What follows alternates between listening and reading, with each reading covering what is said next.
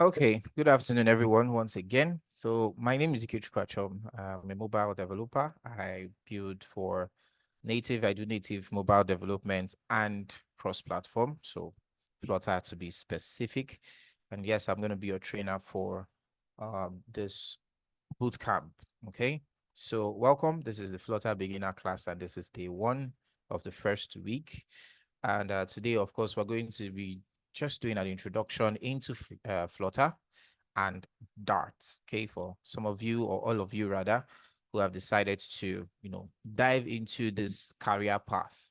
Okay, so let's start by talking about what it is, and then getting ourselves acquainted. Now, you're going to be hearing some certain words, certain keywords that I'm going to be using in the course of this introduction. They may be new to you, but don't worry. Everything that I will talk about or introduce, I will give an explanation to them with time. Okay, so don't be overwhelmed by that. Okay, so let's head straight into what we have for today. So basically, what is Flutter? Of course, that's where we should start from. Flutter basically is an open source cross-platform mobile app development framework that was created by Google, right? So for some of you who don't know what open source is, so we'll talk about open source. It basically just refers to let's say open source software. Basically, you can use that word, but it refers to software whose source code is available, like freely available, right, for anyone to study, to modify, to distribute it without any cost or restriction. So think of it as you create a project, you want to work on a product, and then everyone from every part of the world can help in building that product. So the code and everything is open to everyone. There's no restriction.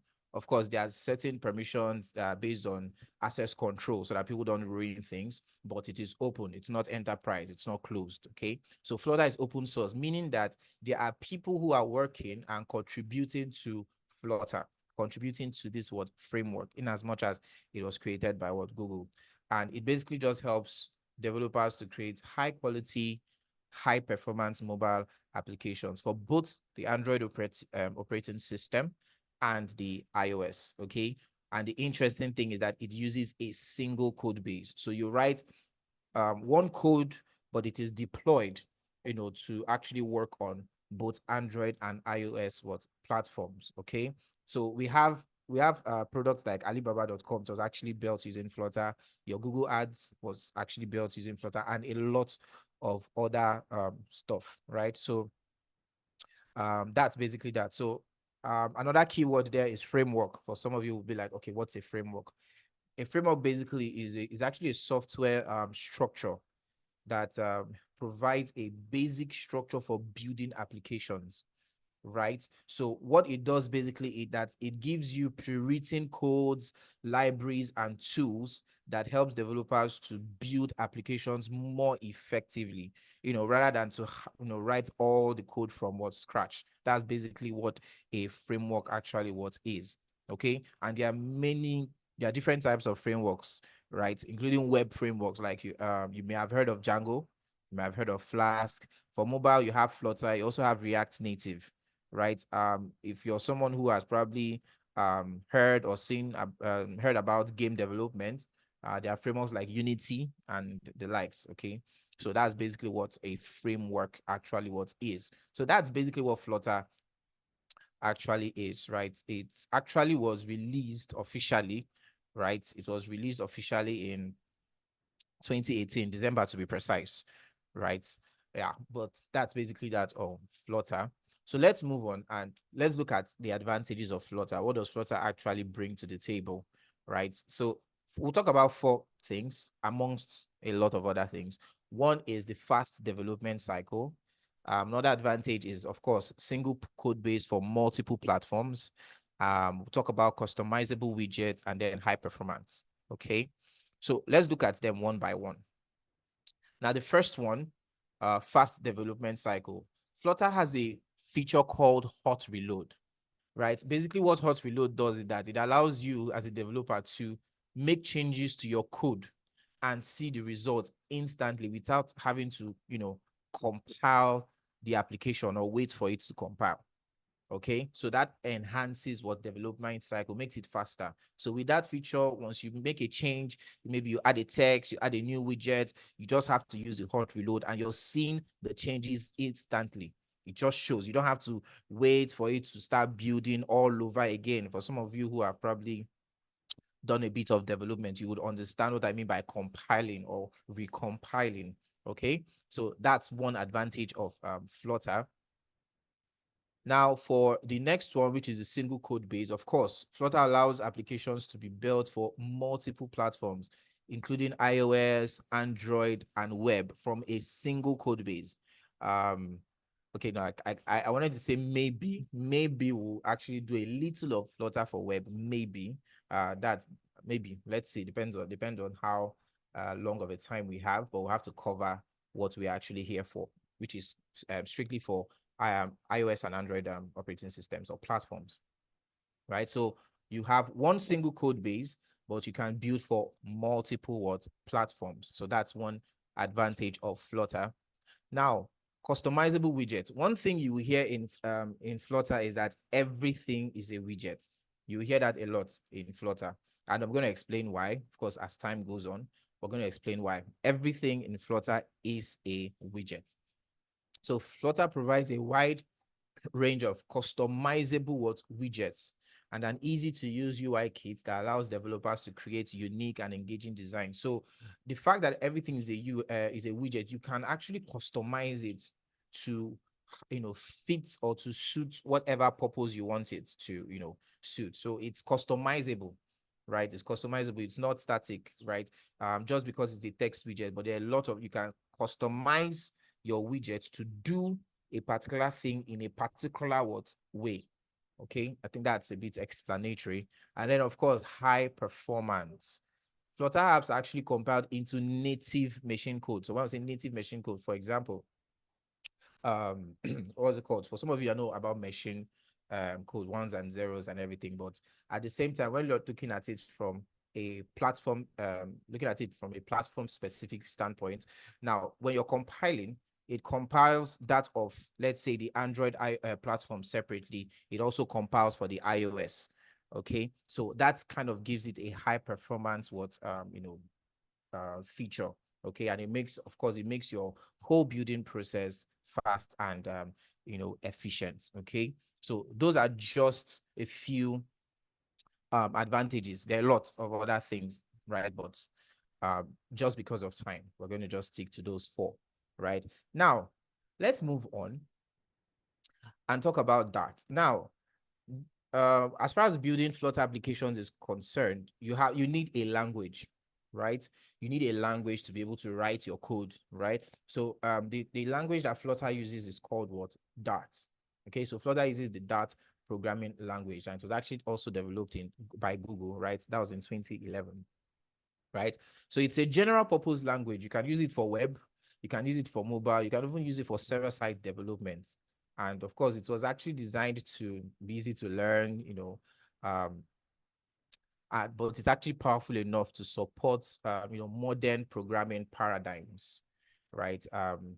Basically, a programming paradigm is just a style of programming, right? That describes how the program is structured and how the different parts of that program interact with each other. That's basically what a programming paradigm is, in case you don't know, right? And we have several of them, right? We have imperative, okay, and we have object oriented, but that's not the focus of what we are doing here. So basically, Dart is the language that we're going to be using to build our Flutter application. So what are the key features of Dart, right?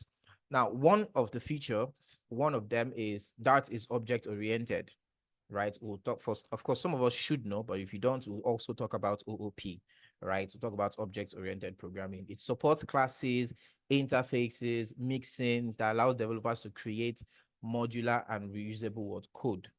Don't worry, we'll talk about these things, okay? But I'm just giving you the features, okay? As a developer, one of the things you will learn is the DRY rule, DRY, which is don't repeat yourself, okay? And that's why you should be able to create modular and reusable code where you don't have to write the same thing 5 times. So how can I just write it once and then reuse it? Okay. So it also has what we call a strong static type system. Okay. Now that uses type inference and optional static typing to help catch errors early and improve code maintainability. So first of all, let me explain static typing, right? Basically, what this means is that when you create a variable, I want to believe that you understand what a variable is, but we will still talk about it, okay? So just a variable is just think of it as a container where you store what? A type of data, not just data, a type of data, okay? And we'll talk about types, right? So now, the static typing concept there, right? So when you create a variable, right, you also have to specify what type of data that variable can hold. Okay, for example, we could create a variable that says, okay, this variable should hold or store only integers, right? An integer, of course, is a whole number, right? So now that would expect that that variable to only hold what integers. Okay, that would expect because we declared that that variable should what hold integers, so that would always expect it. And what this does is that it helps you to prevent error in your program, because when you're running your program, that would warn you, right? That is going to warn you if you accidentally try to, store a different type of data in that variable. You already said that this variable should hold integers. Then somehow, maybe you forgot or something, you now want to store a string, a text in it. That would warn you. Okay, that is going to warn you to try an error. Hey, young man, you actually declared somewhere that this variable should hold, just what's it called? Numbers. But why are you giving it a string? Is this a mistake? Okay, come back home, right? So it will bring back your senses in case you lost it, right? So that's basically what that will do. So that's the concept of static typing, right? Now, the strong type system basically means that it's very strict about the data types you assign to a variable. So if you try to assign a text to a variable that is meant for numbers, it will give you an error, right? So it's very strict. And this strictness is what helps you to what helps catch mistakes very early in your code and makes it easy to fix them. And of course, maintain your program over time. Okay, so basically, right, the Dart's strong static type system is basically just a set of rules, okay, that helps you as a developer to write codes with fewer errors by clearly defining the types of data that your variable can or should hold. Okay, so that to just be checking for type mismatches, right, during your development. Okay, of course, cross-platform support, right, that's also a feature of that. That is used to build mobile apps for iOS, Android, using Flutter. You can also use it for web. You can use it for server side, and you can even use it for desktop applications. So it supports multiple platforms, right? A few other features of Dart. Let me see. Probably just mention them, right? We have asynchronous programming. We'll talk about that. Okay.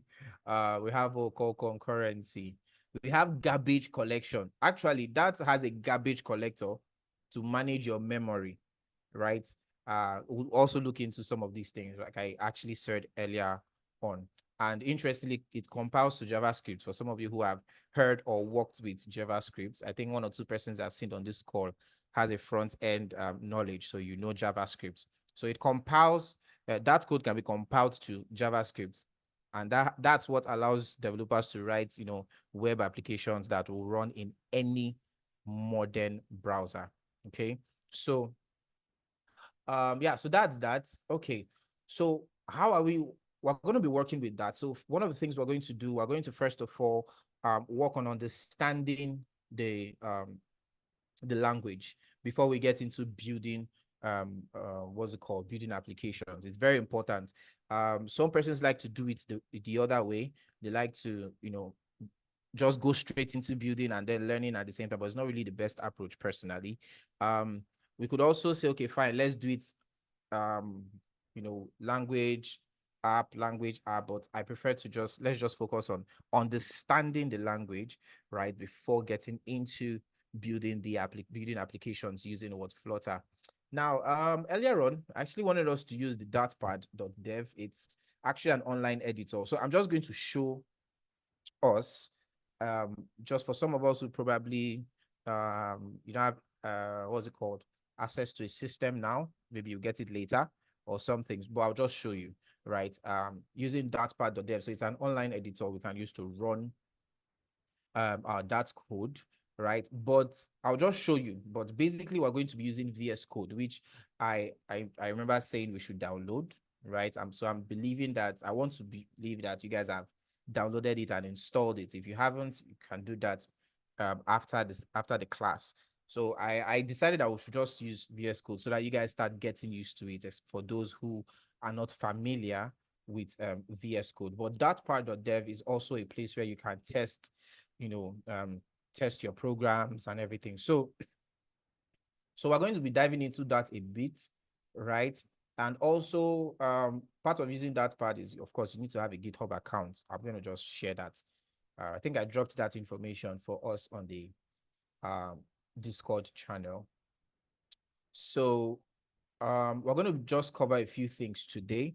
We'll talk about variables. We'll talk about data types. Still, we're going to be doing some data basics. Okay, we'll talk about variables, data types, and under data types, there are a lot of data types. So we'll probably just cover numbers, strings, and booleans.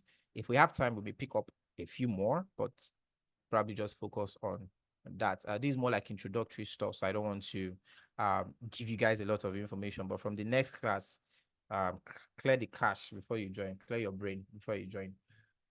Okay, so basically, what is a variable? Let's just start. We'll get into writing code and practicalizing it, but let's do some theory stuff. So a variable is, so let me give you this definition. A variable is a storage location identified by a memory address, okay? And it is paired with an associated symbolic name. Very important, okay? It seems like a long definition, but it kind of throws light on certain things about variables. So first of all, is a storage location, and that storage location is identified by a memory address. So it is a place in memory, okay? And it is paired with an associated symbolic name. So your variable should have a name that means something, okay? That means something. So which contains some known or unknown quantity of information, which we call value. So known means that, okay, at the point of creating it, you're also giving it, you already know what you want to put. But sometimes it's possible that you create a variable, you create a place in location, but at the point of creation, you don't really know what you're going to store. You don't know the type of, value you're going to give it. Okay, that's also possible, right? But you just create, that place in memory. Okay, so just take note of that. But if I want to just put it simply for you, I'm seeing something on the chat already that's making me laugh. Okay, so if I want to put it simply for you, right, just think of it. Variable is a place. When you say place, or can you, is a place in memory that holds value or data. Or you can just say variable is a container that stores a value. Okay, so we're going to use this definition of value to talk about types, right? Data types, right? Before we get into it, actually. Now, I want us to paint a picture. I'm going to give an example, and of course, I want you to get into an imaginative zone right now. Okay, I'm going to paint a picture, and I need you to be able to paint it with me as I'm speaking. Okay, probably I'll take it step by step. So first of all, you're in a park or an open space where people can meet and interact and carry out activities. So I don't really know open spaces in all of Nigeria, but if you're in Port Harcourt, the likes of Pleasure Park, or I don't know, maybe you can help me on the chat. Where do you have open spaces in wherever you are? Let's do this together on the chat. Let's do this together. Any name, any park. Do you have a park in your area? Right? Do you have a park? Who is helping me out? Or you people don't go out. Tech bros and tech sis that stays in the house only, pressing laptop. You don't do anything. You don't hang out. You don't do anything. Okay, somebody said Choba Park. Ah, Choba Park. I don't mean where boss is. Oh. I don't mean where boss is. Oh. Like I said, open space where people can meet and interact. Okay. This person is in Choba Park. I think that's where, well, I know the place though, blessing. But that's not what I mean. Okay. Someone said Freedom Park, Lagos. Well, I don't know. I don't know the place. Tropicana Mall. Okay, that's also fine. Okay. In the Brisi Kanu Park at. Okay. Okay. Well, that's fine. So from the name, King Square, Benin City. Okay, that's nice. Good. So now, picture yourself there. Okay. Now, remember, I want to explain variables and types, okay? So now, the fact that it's an open space, activities, people meet, people talk, gist, it means that somewhere they're going to be selling food items, right? Snacks and the whole of that, okay? So at some point, you're going to be hungry. If you went out with your friend, you guys might decide to sit out and just get one or two things, right? So all of a sudden, you decide to get a canned drink, right? Or you decide to get donuts or whatever, okay? Now, in such a place, one of the major things that should be done in managing such environments is, of course, you need to avoid littering, right? So there should be waste management bins somewhere around, because of course, in the actual sense, you shouldn't be just throwing things anyhow. If it's a place that has such a large land mass, it's going to be very difficult to always to maintain or clean that place daily, right? So there should be bins somewhere. So let's just assume, right, still painting a picture. So paint it in front of you. You have three, let's say three bins or trash cans.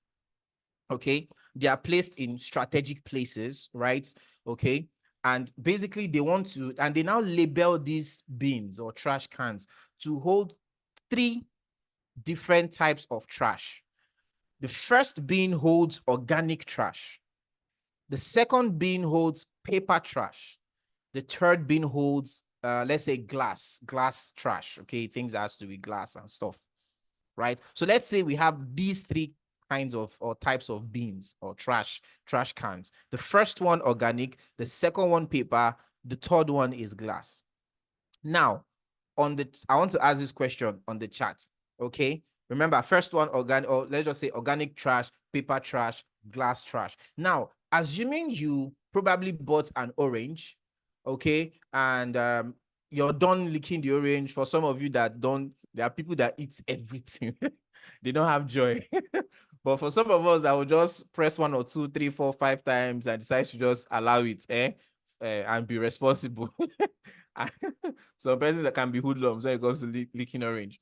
Okay, so now when you're done, where do you put this orange? The one you're done with. Do you put it in the organic trash, paper trash, or glass trash? Okay, so I'm already seeing responses being one, organic trash. Good. So it means that what's that value in your hand, that data, that information, that stuff you're holding, it has to go and match the what variable, which is the container. So you're with a value, which is the orange peel or whatever, right? And because the type of value you hold is an organic type of value, right? Something that should be in the organic trash. You now go straight to the organic trash. So that's a valid. So assuming there's let's say a uniform person, right? Maybe trash police, okay? Bin police, dustbin police, whatever, right? Is there. So if you take that orange peel or something and you go and put it in glass, they can arrest you or fine you. Why? I can say wrong value for right variable, or wrong variable for right value, right? Whichever way, but you're putting two of them don't match. The third trash is meant for glass. So because it's possible that when they are offloading, okay, they know that, oh, they should be careful. But if you mix things up, maybe if it's paper, someone can just dip their hand and just pick it up, and transfer. But with glass, if you mix up glass, the person can get injured. Okay, so that's the concept of variable and data type. So the variable is the container, right? Is the container, right? And it should hold a type of value. It should hold a what? A type of what? Value. Okay. So it's the same thing. This illustration I gave is the same thing with programming, not just Flutter. Okay. It's just the same thing. Variables store data of a particular what? Type. Okay. Variables store data of a particular what? Type. Okay. Someone said putting a squared peg in a round hole. Yeah. Okay. That's fine. So that's what variables are. Okay. So whenever you want to remember variable, just think of a pack. Okay. So let's move on. Now, of course, remember in our definition, I'm going to take a step back. We said it should have an associated symbolic name. So there are conventions, naming conventions and syntax. I think I should have added a comma or something, but there are naming conventions and we're going to just look at them. So whenever you're creating a variable name, you can use what we call the camel case. So the camel case, basically, it starts with a lowercase letter and capitalizes the first letter of each subsequent word, not each subsequent letter, each subsequent word. So that's why you have this, for example, user name. So you can see the U, which is the first word. It starts with a lowercase. The next word is name. So it capitalizes the first word. So this is an example of a camel case. So you can see this, a new variable. A starts with a lowercase. New is a word. So the first letter is capitalized. Variable is a word. The first letter is capitalized. So remember, symbolic. So username. So when you see a container called username, you know what should be there. When you see a container or a variable called email address, you know what should be there. Okay. Now, the other convention is snake case. So snake case starts with a lowercase letter and separates each word by an underscore. But it's all, it's all small letters all through, like you see here. And then we have constants. So when you're naming a constant, you should use all uppercase letters and separate with what? Underscore, just like you have this max underscore value. Okay, so these are just a few naming conventions that I'm just going to share with you, right? That you should know about. But let's still look at some other things, right? Like private variables. So when you're naming a private variable in Flutter, you just use an underscore to precede the variable name. So you're using the underscore as a prefix, right? That's why you have underscore email address. This means that this variable is going to be a private variable, and I'll show you that in a minute or two. So also, when you're creating variable names, avoid using reserved keywords like class, okay? Because class is actually a keyword. We'll look at some keywords. Void, right? Keywords are reserved words that, we already have. So they already mean something. So you shouldn't actually use them. And of course, generally maintain readability and choose descriptive names. Avoid using abbreviations or acronyms that someone might not understand when creating a variable name. Yeah, someone just said no. Yeah, that's a keyword. You don't use keywords. Okay. So yeah, talking about data types, these are the data types we're going to be looking at. Numbers, strings, Boolean, lists, also known as arrays. We'll look at sets, we'll look at maps, we'll look at runes, right? And then we'll look at symbols. So of course, we're not going to cover all of them in today's class, right? But yeah, but let's see how much we can actually do. So let's do some practice, right? Let's do some let's practice a few things. First of all, some of the things we've talked about that has to do with variable naming and the like. So let's just put them into practice and see how it actually works. Okay. So yes, I said I was going to show you that part. So I believe you can see my screen. So this is that part. When you go to datpad.dev, okay, it's open this up. So maybe I should just let me just open it so you see. So datpad.dev, right? So this is an online editor that you can make use of to run your code, right? So yeah, it already gives you this by default. We'll talk about functions and the likes. Okay, we'll talk about all those things. But basically, this is a main function. Okay, just don't worry, I'll explain functions, but just take this. This is a main function. This is like the entry point of your code. When you want to run your code, when you want to run your code, yes, this is the entry point. So that's the compiler looks for this main function. If there's no main function, it doesn't know where to start from. Okay. So everything inside here, it will just execute that instruction. So, but we'll talk about functions when we get there. So don't sweat it. Okay. Just know that you need this as an entry point. Okay. Yeah, so you can actually run this. Basically, this is just, let me take this out so we don't, this is just a function that prints hello 1 down to 10, but let's just do this.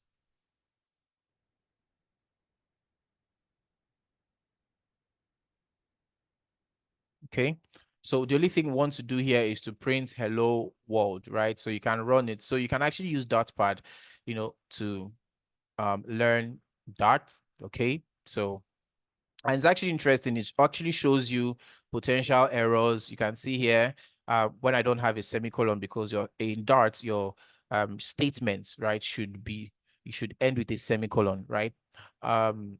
So you can see it's expected to find this, right? So it's also a very interesting editor to use. If I make a mistake here, let's say I remove this, we have this, you can see that. So it gives you prompts, it points you to errors that your code actually has, and lets you know, it shows you the line. You can see or undefined hello, line 2, column 8, expected to find this, line 2. So everything just in line 2, right? Line 2 and all those stuff like that. So yeah, that's basically that. But I want us to use VS Code, okay, so that we start getting used to it. For some of us who probably hasn't, you have not gotten used to, or is the first time you're going to be using VS Code. So I'm just going to open my VS Code and basically just start up a new project. So there are two ways. I can just go to File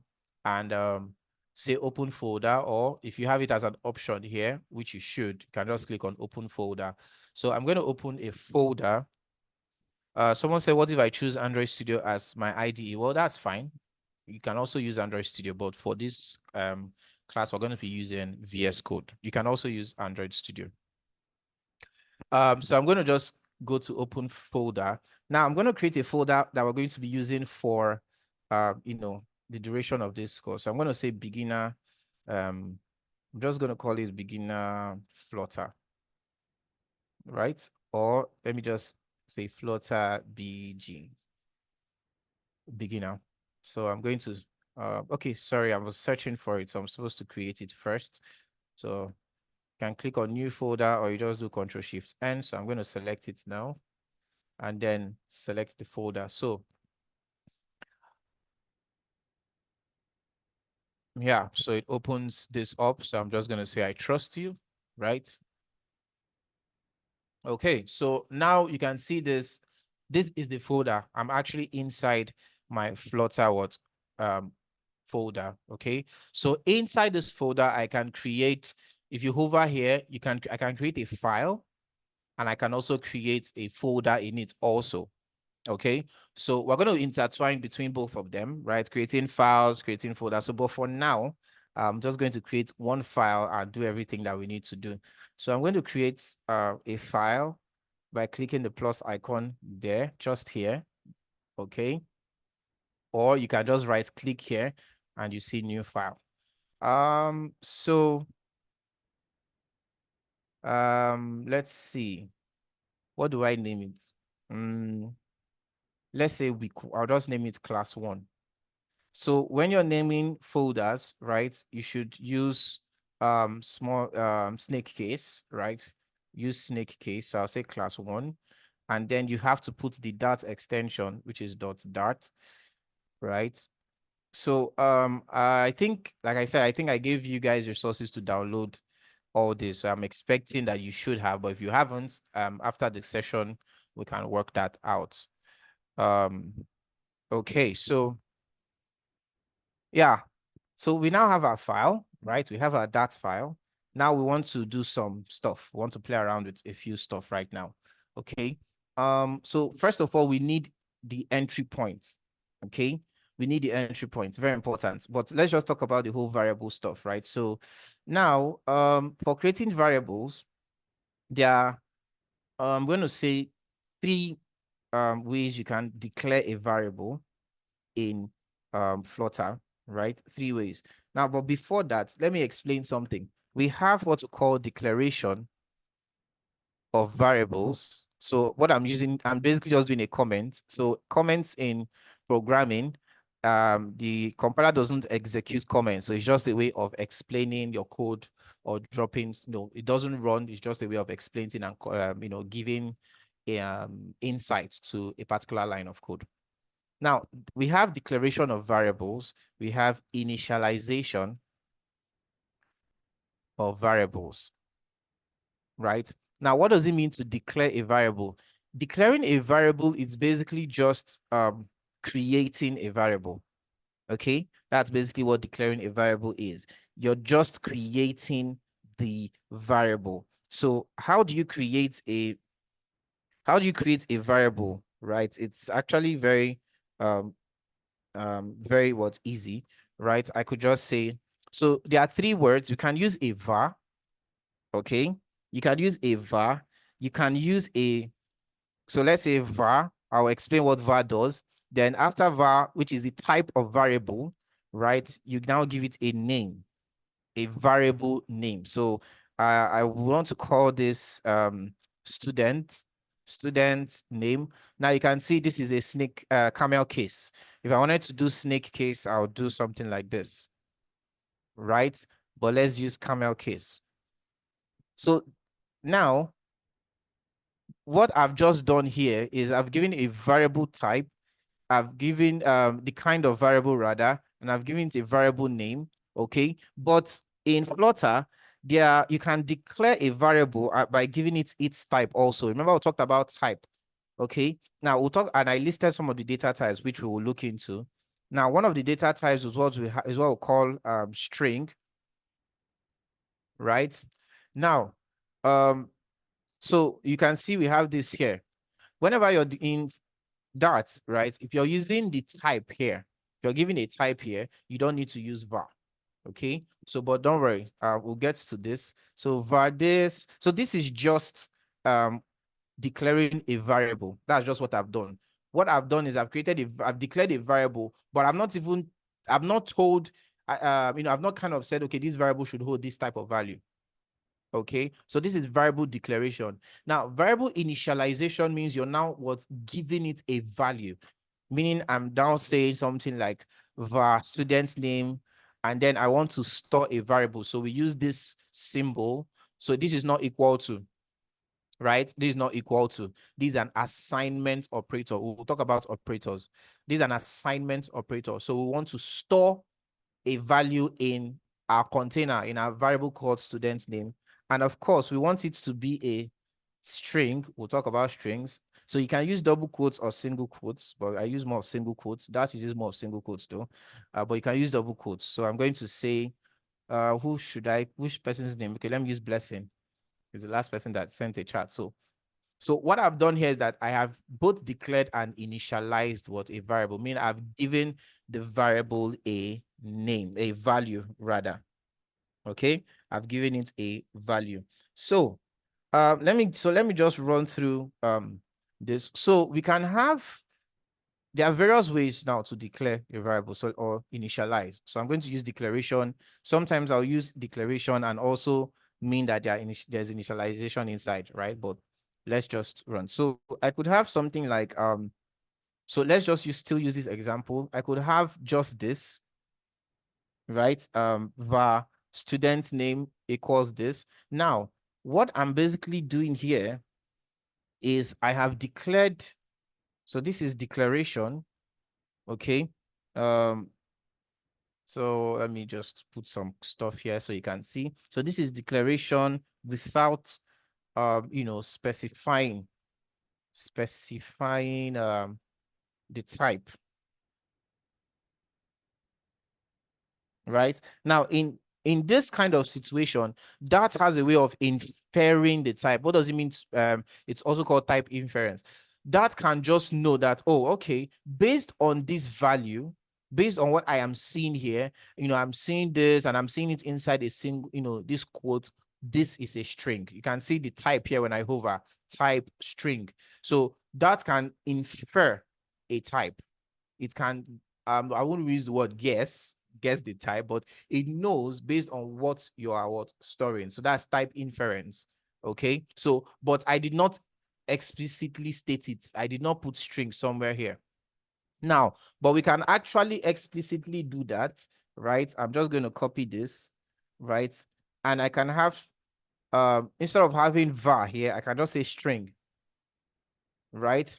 I can say string, this, okay, equals what? This, something like this, right? So here it's shouting because throwing an error because we shouldn't have the same, we already have a variable called student name. So I'm going to just say, let me say new student. Okay. So this is what declaring, let's say by specifying the type, and the type there is string. Okay. So we can also have what we call an uninitialized variable, right? But, and then I'm just going to say something like, let's say string teacher. Now this is an uninitialized variable. Right? Now you can see here, it says the non-nullable variable teacher must be initialized, right? This is an uninitialized variable, meaning that we have not given it any value, okay? And of course, if you forcefully use this, right, we can use some stuff like called late init and the likes, but using something like this means you can also promise your code that, look, I'm going to give it a value. For now, just hold this, right? But I'll show you how to do that, but not in this class. Okay, so I'm just going to comment that. Okay, now that's actually, so I've talked about var, right?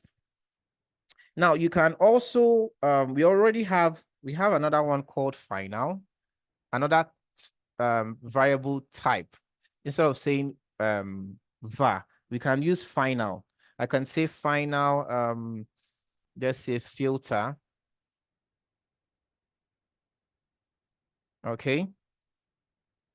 And I'm going to say price, right? So final is also a way of declaring what a variable. Okay, is also a way of declaring a variable. We also have what const. Now we use final and const when the variable, okay, is not, you're not going to change the you don't have any plans to change, or let's say the value is not going to change. So when I say final filter, when I'm storing price in this, if I declare this variable as a final variable, means that I should not change this. The value should not change. Okay, the value should not change. But which is these two. Say we have const. So let me just add s so we don't have the same variable names. Good. Right, so we use a final and const for values that will not variables rather, that whose value will not change. But const basically is used for variables that need to be compiled, right? That needs to be like there's what we call compile time, right? Compile time constants. Okay, so what that means basically is that the value is known at the time of compiling your code. We know the value. Okay, we know it at the time of compiling. Now for final, in as much as it's constant, right, it also means that the user can change it. So think of it like, let's say you have your login, right? You have where you put your email and password. I could create a final variable to hold the user's let's say email address, but at the time of creating it, right, in as much as it's a const it's a value that shouldn't change, but when I use final, I'm basically just allowing for a change when the user types in a value. So when the user now types in an email, right, it means that, so if I have, let's say, final email address, right, something like this, now I could decide to just keep it like this or probably initialize it later. Okay, but because if I'm using final, it means that the user can change this value. He or she can update it. Okay, but this is at runtime. But if I use const, it cannot be updated. Okay, so you have to know when to use these, you have to know when to use this variable. Okay. Okay, so that's about variables, right? That's about variables. So let's actually do some, stuff, right? So let me I'm just gonna clear this, right? I'll clear this, and then let's bring in our main function, or I'll leave it. But let's bring in our main function. Remember, we need an entry point because we want to start testing out stuff. We want to start writing instructions.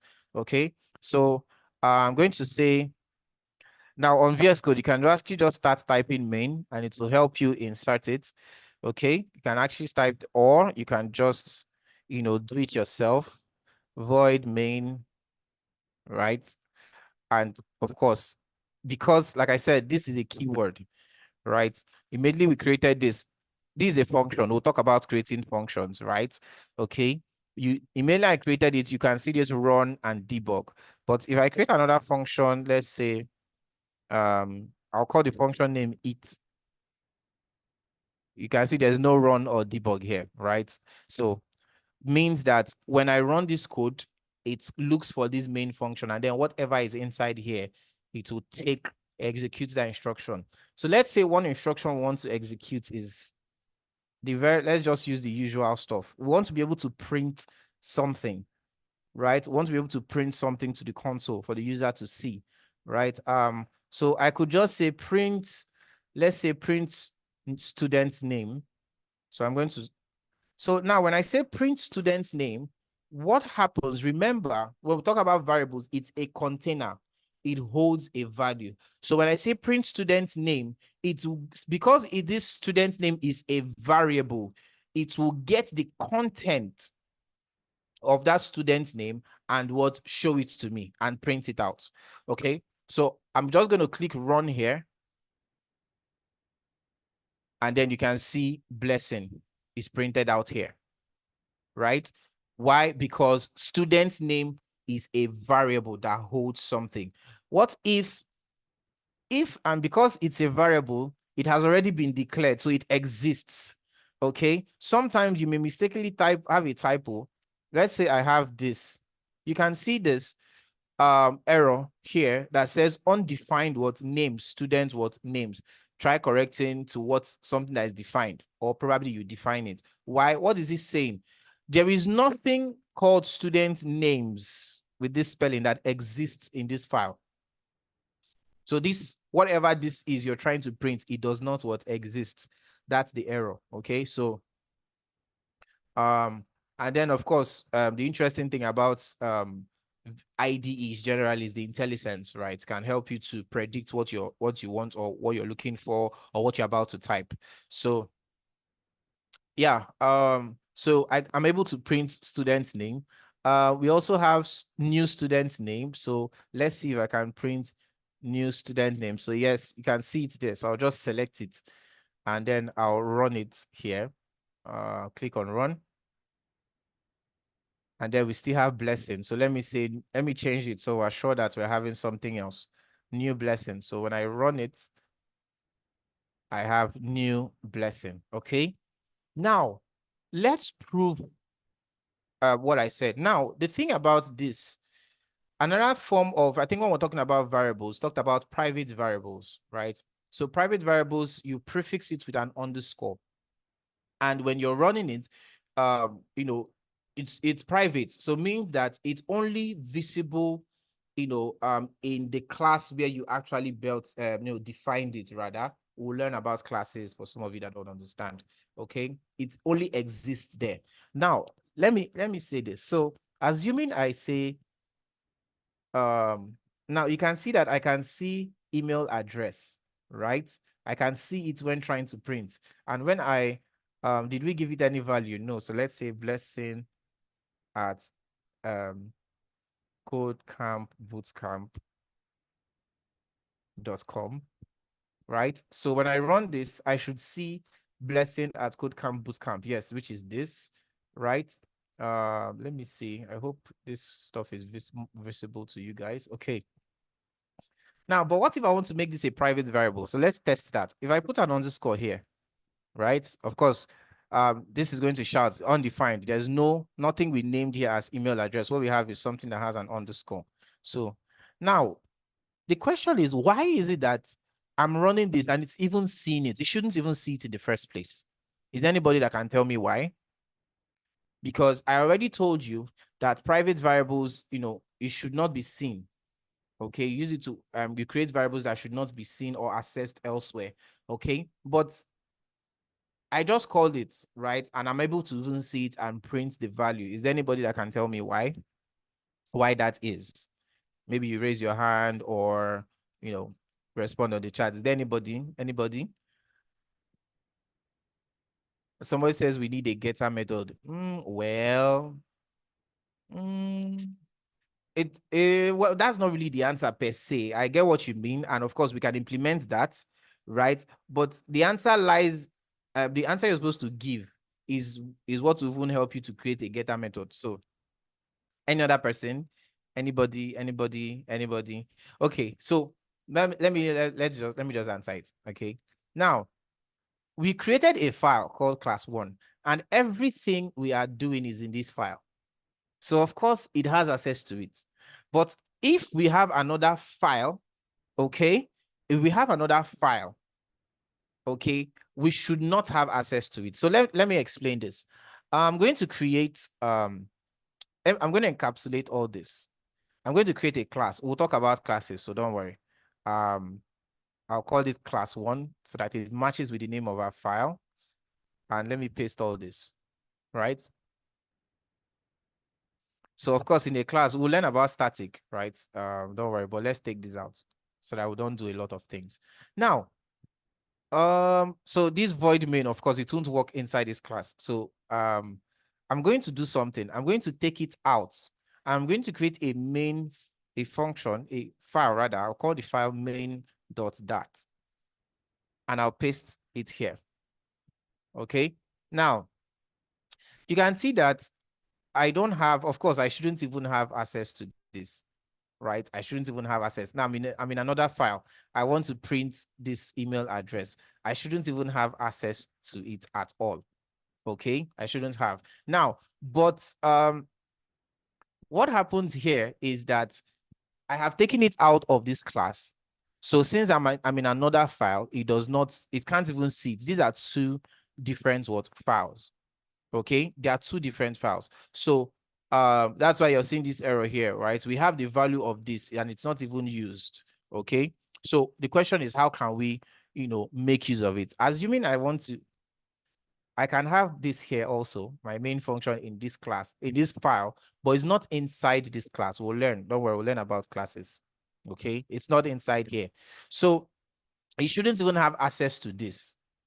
Okay, that's the idea. It should not have access to that. So yes, we can create a getter method like this person that's Adamo has said, Mubarak. Okay, but that's not that's not really what I wanted to address. That's not really the only way. But we'll get to understand it more when I talk about classes, because I need to use a class to explain that. But just put it in your head, okay?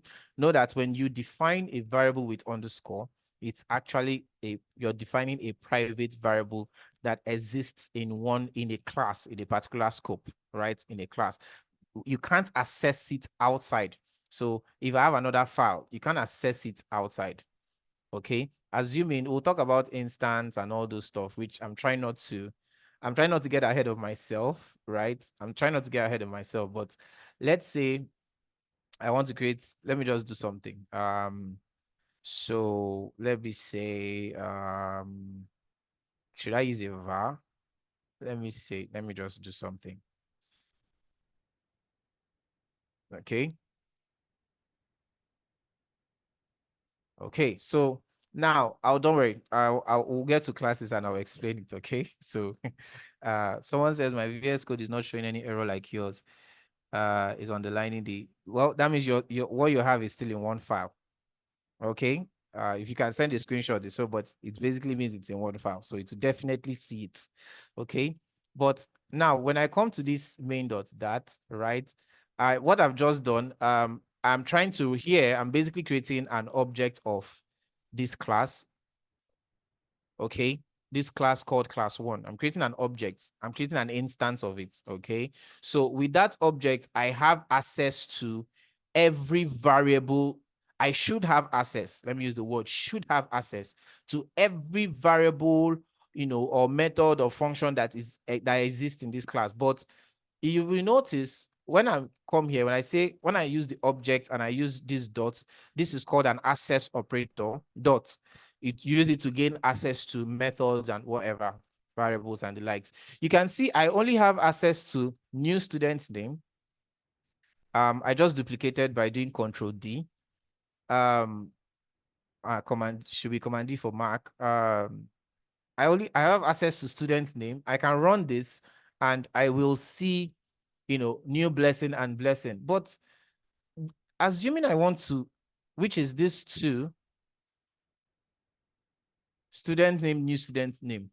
But this young man, let me try to call it. So class one, which is the object dot, I can't even find it, right? So even if I copy and paste it, or I try to say dot email address, I can't even find it, right? I can't find it. What is it saying? So this is where the getter comes in. It says the getter email address isn't defined for this. So we don't have a getter. We created a private variable. Now, the concept of getter, I'm trying not to get ahead of myself, but it just means that when you create a private variable, you mean that you don't want another file to access it.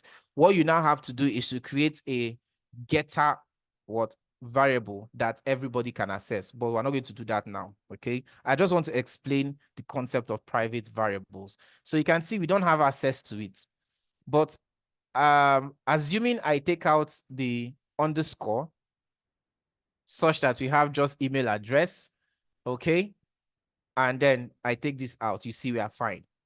Okay, you can see that we are actually fine. Okay, so that's basically that for variables. Okay, let me stop here and ask. So are there any questions? Just raise your hand. Let me take questions. Are there any questions? You can raise your hand if you have a question. Okay, so since there are no questions, so now let's get into data types. Okay, so this is basically that for variables. So we have talked about variables and so yeah. So for data types, right? We listed out a few data types that we had. Let's go back here. So we have the numbers is a data type, which is a type of data.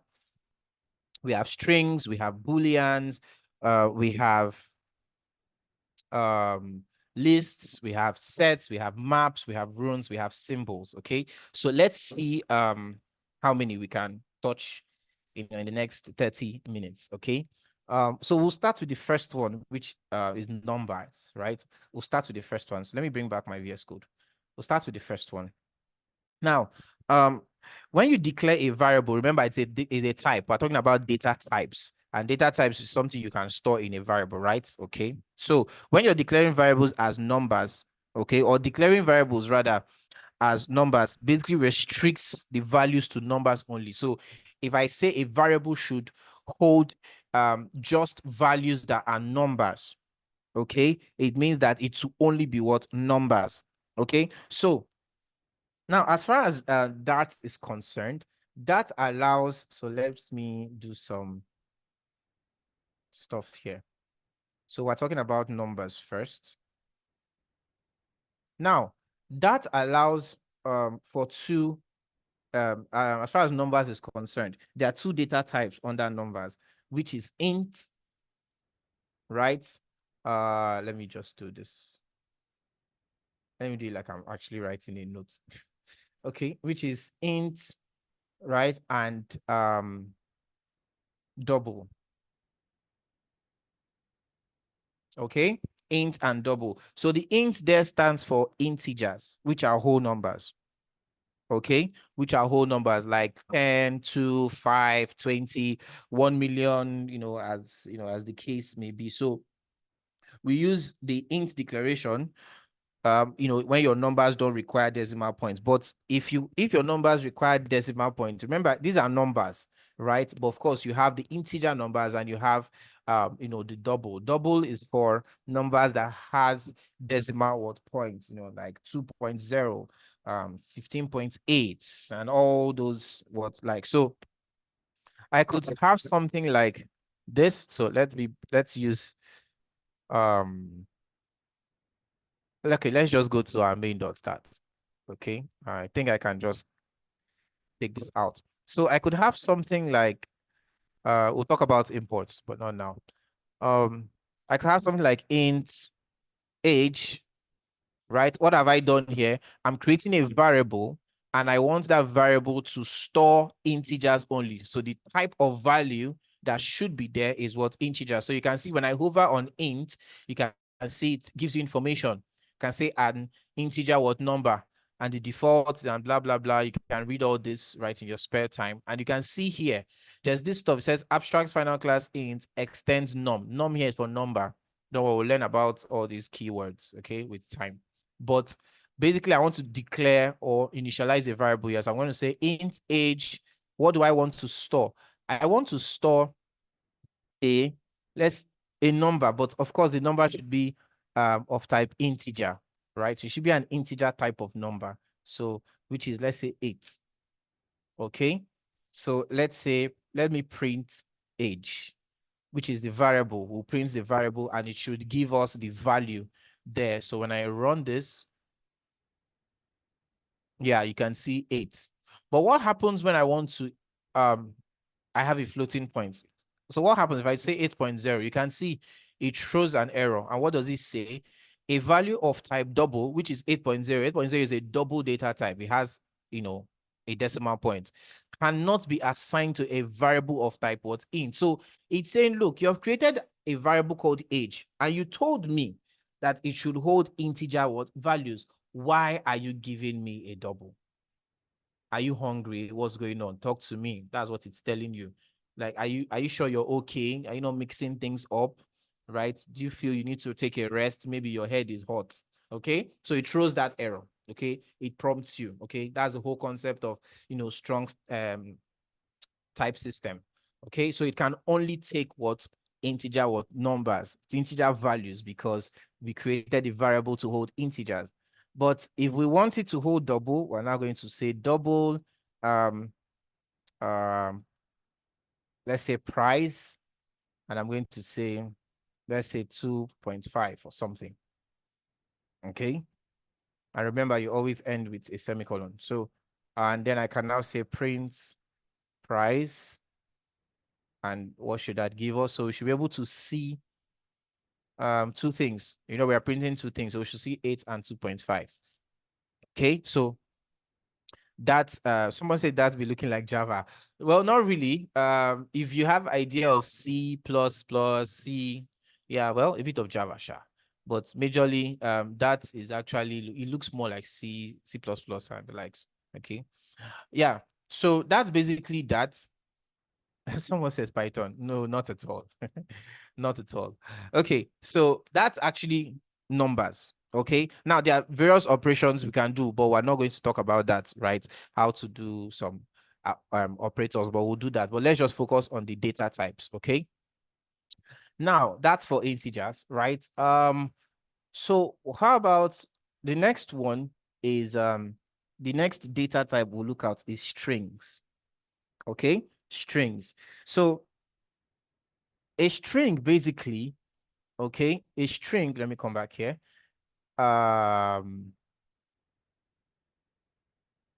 So a string basically is just a sequence of characters. Okay, a string is a sequence of characters. A typical example is this, right? Let me use the last person that just commented that wants to cry. Janet, okay? So Janet is a string. And when I say it's a string, it's a sequence of what characters. J is a character, okay? A is a character. N is a character. E is a character. T is a character. Now, when you bring each of those characters together, they form a sequence. And that gives you what? A string. So a string is just a sequence of what? Characters. Okay. So, so that is a type of what? Data. It's a data type. String is a data type. Okay. So when you declare a variable as to hold as a string variable, right? You're basically saying that it should hold just what? Strings. Okay. So how do we do that? Okay. So for strings, I could just say string. So it's important you memorize how to call this thing. So string, let's say name, right? So I want to store a string. So now when you want to store a string value, you can either use double quotes, I'll say Janet, and then close this out, or you can use single quotes, right? You can use single quotes. I use single quotes more often, right? So for those of you that are knowledgeable about some of these things, try not to show yourself. Okay, I actually frown at that. Okay, so you can answer questions, but try to discipline yourself. Okay. So string name is Janet, right? So basically, I've created a variable, right, that should hold what? Strings. I can't put anything else, right? I can't try to put a number, right? I can't try to put a number, let's say 2. You can see a value. This is seen as a value. It says a value of type int. So that knows that 2, right, is an integer what? Value. So he's saying that you can't assign it to a variable that has a type of what? String. You should not do that. It's against the laws, punishable by 10 years imprisonment. So don't do it. Right. So we'll just take that back. I'm just going to do Control Z, take that back. And of course, you can print that. I don't need to print again. You can just say print what? Name, and then of course we'll see Janet, right? So you can use single quotes, double quotes. Interestingly, you can also use triple quotes, right? Right? You can also use what? Triple quotes. Okay. So let me just show you scenarios where we use this, right? So for some of you, be like, wait, what just happened? Right? What just happened? Okay, so let's say we have okay, Janet. Okay, so this is just we have just done more like a string distance. So there's something called string concatenation. Now, what this means is you're just trying to join two strings together. That's what string concatenation is, right? You're just joining two strings what together. So it's not a big deal. Forget the word concatenation. It seems like one very big thing, but it is not. Okay. So how can I do that? So I'll just create another string. So let me say, let me call this first name. So I'm going to use camel case. And then let me call this last name.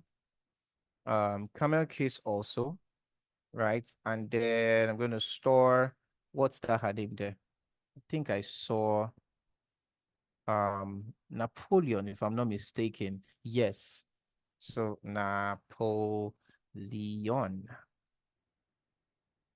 Okay. So concatenation here is assuming I wanted to print this. I'm just going to say, assuming I want to print both first name and last name, right? I can't start doing, yes, I can do print first name. Later on, I can now say print last name, right? Yeah, but when I run this, what does that give me? It kind of just gives me each of them in separate lines, but I kind of want them to be on the same line. Maybe I even want to form a word. So concatenation there, I could just say, okay, string name, or I'll say string full name, right? So how do we concatenate? Okay, so I can basically what we're just going to do is we're going to still use the concept of quotes and double quotes, but we will now kind of use the variable names. Now I'm going to show you there are kind of other ways to do this, but let me just show you this, right? Since we are using variables, right, I can do something like this. to print the full name, or here, let me see which method should I use. Okay, so let me just use this. I can now say, now remember, I want to join these two, right? Which I can actually do something like this. And Janet is stored in first name. So for me to get Janet, I have to access first name. So I could say, okay, first name, right? Now, if I do this, it's fine, but this just adds Janet here, right? And what if I do this? This is kind of what I want, first name, last name, but you can see we can't just do stuff like this. So what do we do? Just going to, first of all, I'm going to put in, bring in my braces, and then because I need access to this, now I can't also say first name. Now, if you notice, first name, I can't do this. I can't do this because if I want to print full name now, which is this, right?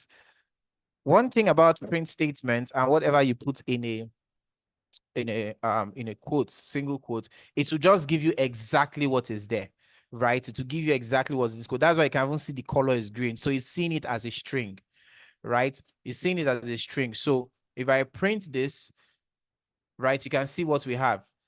First name is Juliet, last name is Napoleon, and then full name is first name, last name.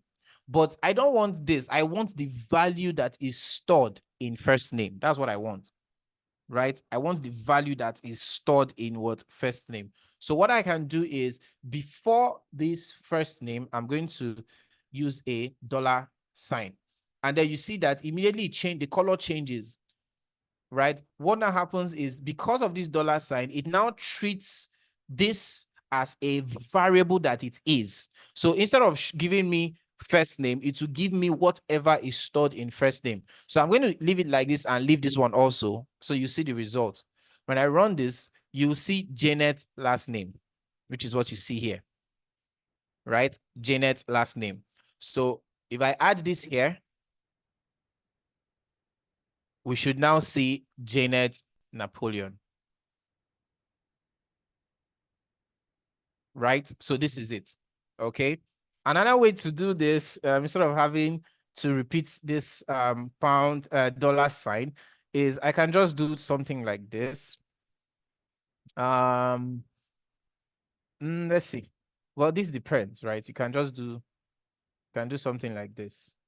But it will, okay, this is actually best if you're, there's a different scenario, Sha, a different scenario. So let's not, because there's no variable. Remember, because of these quotes, this curly brace, there's no variable called this. So we'll just leave it like this, right? There's another way to do it, but I don't want to complicate things. So let's just take it one step at a time. There's a tendency for me to want to go overboard, but let me calm down because I don't want to assume. Yes, some of you may know these things, but I don't want to assume that everybody knows. So we'll take it one step at a time.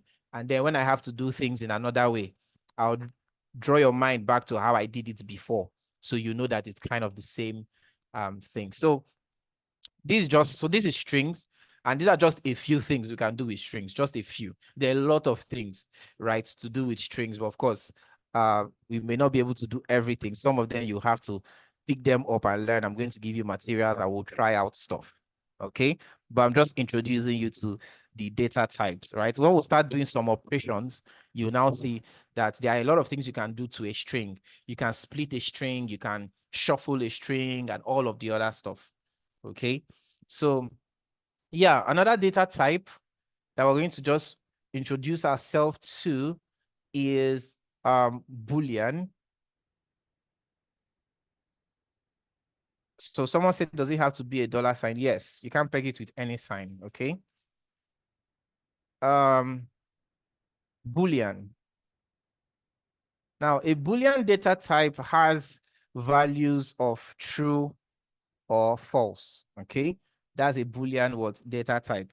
It has value of true or false. Okay, so I could just say I could just create a Boolean variable by using the keyword bool, right, which stands for Boolean, and I could say let's say it's done. So whenever you're naming a Boolean variable, name it in such a way that it sounds like you know, a question or something. right? Okay, something that requires, like, if you were to actually say it or if you were to respond, right, you can actually just say yes or no. Okay. Someone said, can I use plus sign for concatenation? Yes, you can. Okay. That's when we are printing, when we want to print stuff. And yes, you can. Okay. So Boolean, and then I'll just, so because it's Boolean, it expects two values, either true or false, right? So I cannot say two. I cannot store two here. So this is what it says. A value of type int can't be assigned to a variable of type what? Bool. Okay. So it expects either a true, which you can see it takes out the error, or it expects a false. So that's basically about what Booleans rather. Okay. That's basically about what Booleans. Okay. So like I said, I'm trying not to introduce a lot to us.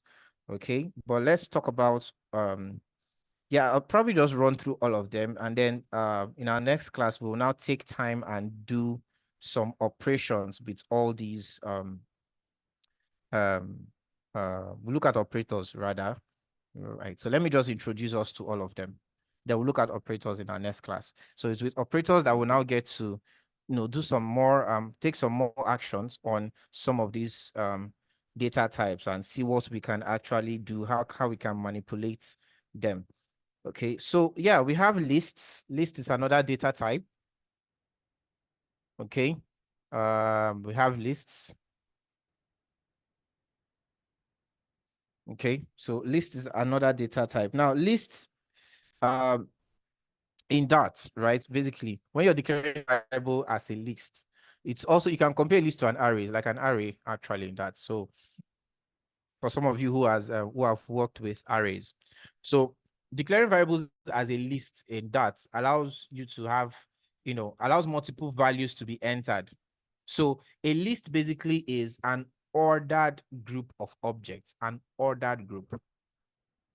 Okay. So now, for some of you that know about arrays in programming, an array is kind of like an iterable collection of objects, right? So where each element is accessible by its index position, right? Of course, in programming, we do 0, 1, 2, instead of 1, 2, 3, 4, we do 0, 1, 2, 3. So in arrays, you access the elements by their index. Okay.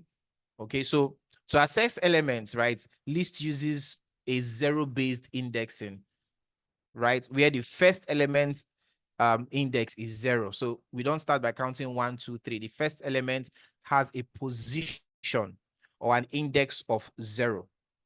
Okay. And then the last element, okay, of the list is more like a -1 kind of thing. So if you have 10 elements, for example, your first element, the position is 0, the index is 0. The last element, the position is 9.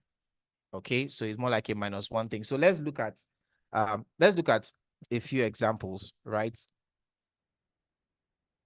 Let's look at a few examples. Let me just close this out, comment this out. Okay, so how do we create a list, right? We just use the keyword lists, and then let me say I have a list, and the list is called contacts. Okay. Now, this what I want to show you now is I want to declare a list, or create a list rather. When I do something like this, okay. Now, this is me trying to, sometimes you see something like this, but of course there's what's it called? There's a way to use this, but we're not going to use this here, right? So this is basically how we're going to declare this list. So this is an empty list, right? This is an empty what? List. Okay, so it's an empty list of content. There's nothing inside, right? Now I could create a list that now has something inside. Let's say let's just, so how do we add elements there? So remember, you can store objects, elements, or whatever values in a list. but they also should have a type. Okay, remember, it's still a variable we're creating here, but the variable is a list, right? It holds a list. So for now, since we're using quotes, it means that we are storing strings, right? So blessing, let it be. So let me just call this students. So I'm seeing blessing. So then you separate each list item by a comma. I have Janet.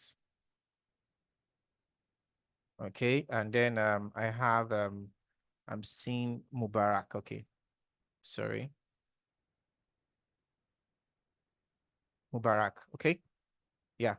So that's a list. Okay. Now, a list has, you can also create a list that has a fixed length. Okay. You can create a list that has a fixed length. What do I mean? You're kind of like saying, okay, I want to create a list, and I want it to have, let's say, 25 elements, right? Or something like that. So you can actually give it a fixed, you can actually give it a fixed you can actually give it a fixed size. Okay, you can give it a fixed size. So that's just something to note. Okay. Now let's see. There are a few things I don't want to, like I said, I just want to introduce us to some of these data types. We'll start making use of them, when it is when it's time. But there's a few operations we can do. For example, like I could just, because it's a list, there are certain actions I could take, right? For example, this action called for each. It means that I want to go through for each of the items. Basically, what this means is that for each of the items or elements in this list called student, do something, right? Now, this word element here can be anything, right? I could even say, I can call it students, right? It's just a way to iterate or go through each item on that what list, okay? So I could say for each of that, do something. Something like what? In this curly brace, someone will learn about functions. Some of these things may seem like they are confusing. I could say for each of them, I want you to print, students, right? And then, okay. So is this in the main function? Okay. Yes. So since it's in the main function, well, you can always click run here, right? Um Sorry about that. Okay, so this guy. Okay, so you can see it printed out the three elements there, right? Because what the action we took there, we basically just said, okay, look, for each, we said students dot for each. But what this is just saying is, look, for each item or name or student in this list, print that's what student. So here should actually be student, right? Because it's iterating each of them one by one. So this is more like just using names and this and that are more descriptive and meaningful, right? It can be anything. It can be I. I'll not say print I. You understand? So this I serves like more like an iteration. It just helps you to go through. Okay, so for each word I, so the I now at this first instance will take a position of 0, checks, oh, it sees blessing, it prints blessing. It goes to the next position of 1, it sees Janet, it prints Janet. It goes to the position of 2, it sees Mubarak, it prints Mubarak. Okay, so that's just basically that's right. Um so let's move on. Let's see. So I think I'm seeing a question. Someone asks, are list homogeneous collections? I was like, so which one is homogeneous again? Well, like I said, let's try not to get ahead of ourselves, right? But basically, a homogeneous list is just where elements are kind of restricted to a specific type, right? Just like you have specific type, like just like we have here, strings. It's only strings, right? We're not having any other this thing now, right? So this is basically what he's saying. Let's say I don't want to have Janet here, which is a string. I want to have this. That's basically what he's saying. For some of you who are like, which one is which one is homogeneous and everything. So list doesn't really have to be homogeneous, right? It can be heterogeneous. Okay. Daily, I don't know if that answers your question. You guys are funny actually on the chat. Okay, so that's just introducing you to lists. Okay. Of course, we'll use these things, we're going to use them, right? In-depthly. We're going to use them, but let's just I'm just doing introduction. Okay, so just you're aware of it. We have maps, right? We have maps. So maps basically, it's you're in maps, you're basically trying to associate a list of values, right? But you're doing it such that they have a key value. We just say map is a key value pair kind of thing, right? So think of it this way, right? You have a value, but to access that value, you need a key. And that key can be of any type, can be a string, can be an integer. So, but you need a key to access what value. So maps are, you use maps to associate what a list of values by a key and a what value. So you hear this whole key value pairs. That's basically just map. Okay. So how can we create a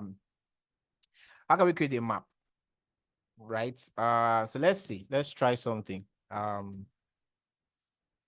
Let's just try something. So I'm going to just say, let's say I have a map called map of, let's say filters, right?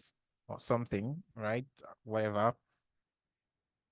So for maps, we use a curly brace, right?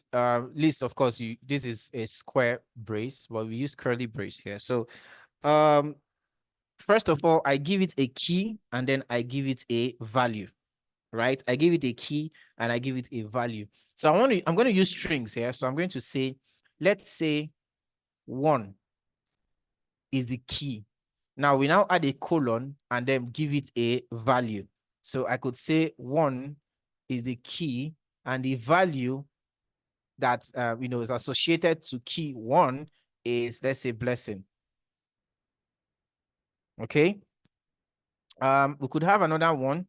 Let me just do, so let's say key 2, right? And then I'm going to say Janet. Okay. So now how do we, kind of, assess this? So I could just say print what? So what do I want to print? I want to print map filters, right? But I want to print the one that has a particular what? Let's say I want to print the value blessing, right? The value blessing there has an a key of what? 1. So just say 1. So let's run this. Do we have any other print statements? Well, apart from this, right? Nothing prints out the screen or again, so I'm just going to clear that out. So you can see, right? I passed in the key of 1 and it was able to give me the value blessing. Okay. So that's actually that's basically just maps. Okay. We'll use more of it. I'm just introducing us. We'll use more of it, right?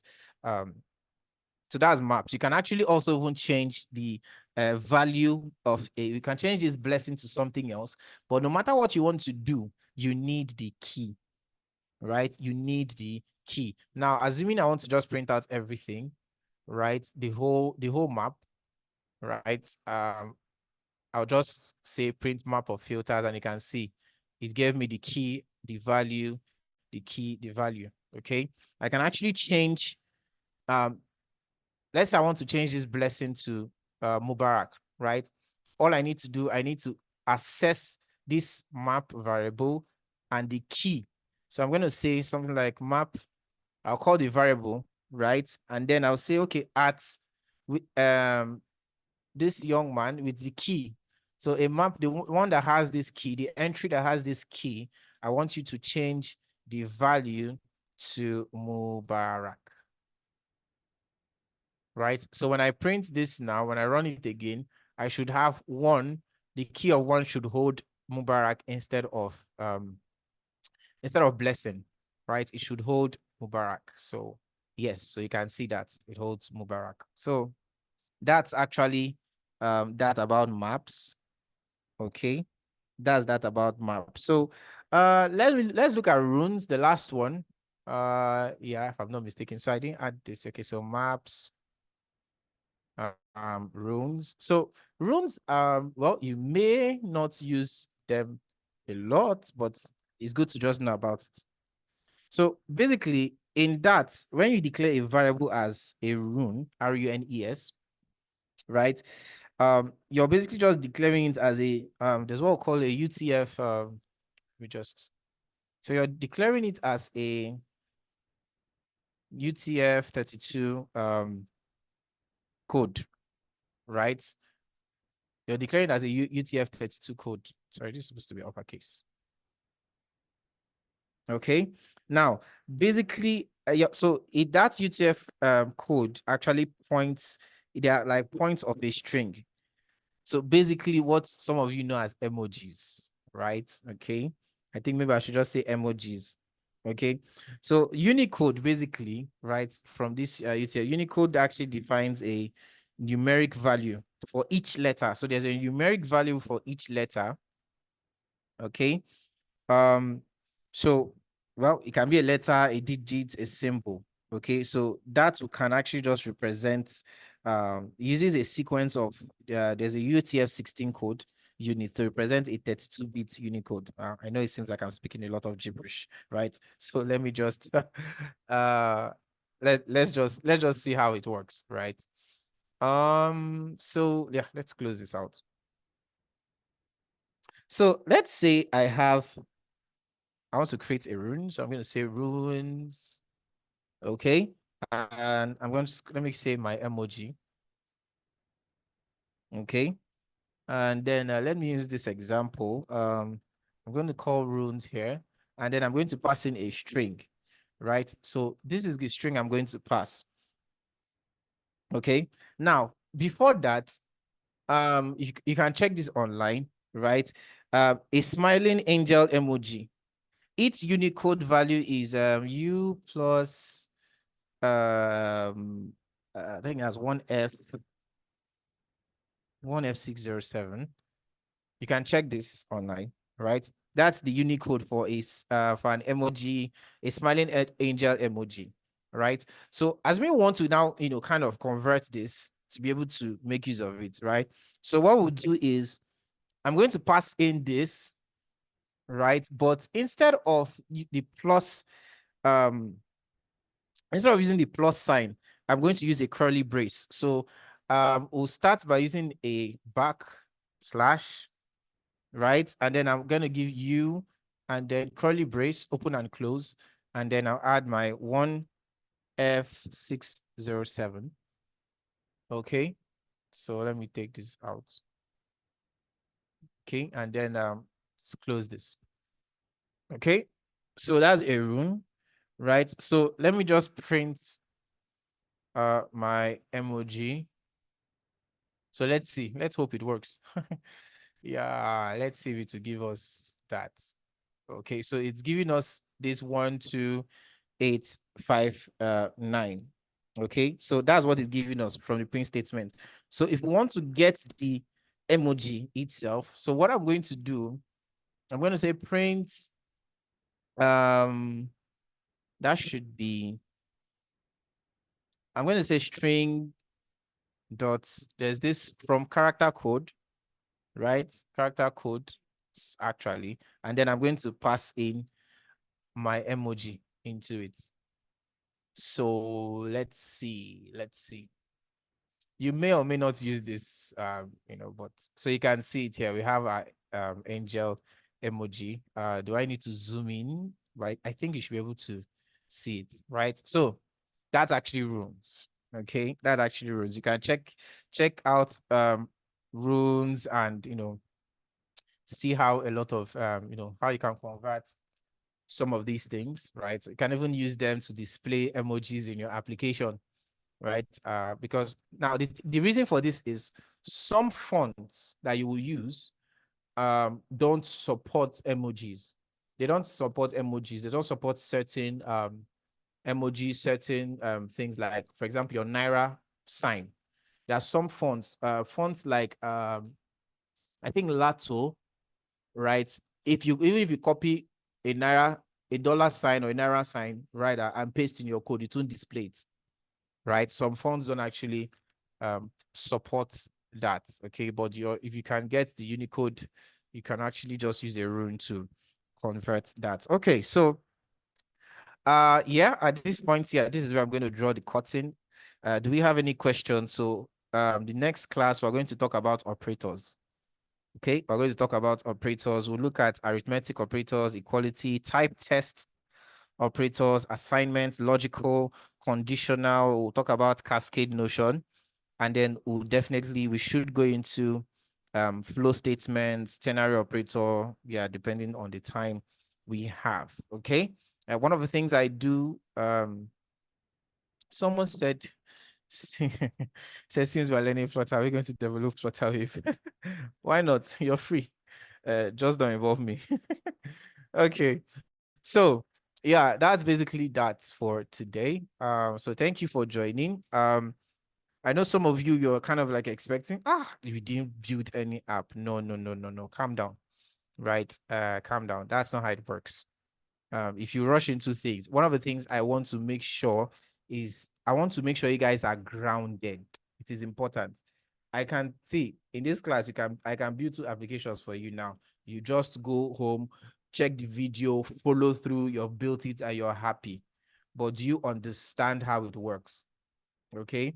The UI is different. Of course, you may be an expert in building the UI, placing the buttons and everything. But when it comes to the interaction, when it comes to, okay, I want to be able to perform this function. When I click on this, this should be able to be, to happen and all those stuff. If you do not understand that, sorry, you're finished. Okay, so we're going to take a bit of time to understand the basics. It's very important. Okay, so don't feel like I need to build app. She is Flutter, Flutter, Flutter. When it's time, you'll be the one to run away. You'll be the one to say I'm tricking you. By the way, let me give you a heads up. I give short deadlines. Yeah, I give short deadlines. So yeah, take note of that. So in the absence of no question, because I'm not seeing any question on the chat, I'm not seeing any hand raised. We'll call the class to an end at this point. I want to say thank you for joining, and we'll meet in our next class. Yeah, we'll meet in our next class, and that's on Thursday. So before then, I'm going to drop something for you to do. That's for sure. I'm going to drop something on there. So communication will continue on the Discord. Okay. Adeleke, your hand is raised. Yeah, go ahead quickly. I'll take only that and then we'll shut down. Yeah, good afternoon. Yes, good afternoon. Sorry, are we going to get like recommendations, like videos to watch to like study up on this? So we I'll definitely give check you, the next so class. I'll give you guys what I'll give you is materials, reading materials. If I give you a video, if I give you videos to go and watch, that means you can self-learn now. So there's no need for me to teach. I know, like sometimes even when I'll you give watch, you, don't worry, I'll give you resources. Let's use the word resources to just cover everything. I'll give you resources to right. look at. Thank you very much. Yes, you're welcome. But one of the things I want you guys to learn, I'm also practicing it myself. It's been a long time, is reading. You need to learn to read. Videos is good, but reading is better. And one of the things you have to learn to do is you learn to read documentations. Some of the platforms, some of the tools you may use, they already have documentations, right? Can you go through those documentations and do stuff without having to have access to a video, right? So if it's reading, you guys will read. I'll get you reading material. Videos, well, let's see how it goes. I'm not making any promises for videos, but text materials, you will have them. Okay. So thank you very much. We'll continue conversations on Discord, don't forget to subscribe to our YouTube channel, right? So that once I upload it, the moment I upload this class, you will be notified because it will be uploaded today, right? I don't want someone coming online to say, please, where's the video? Where's the video? Go and subscribe now. Once we upload it, you will be notified. Okay, so you don't have to ask for it again. Thank you very much. Do well to download VS Code, the necessary things you need. I hope you have created a GitHub account. If you're having issues with that, say it on the chat. Someone will be there to help you. We have people who have probably created theirs and the likes. Okay. Thank you very much, guys. I will meet in the next class. Have a wonderful week ahead.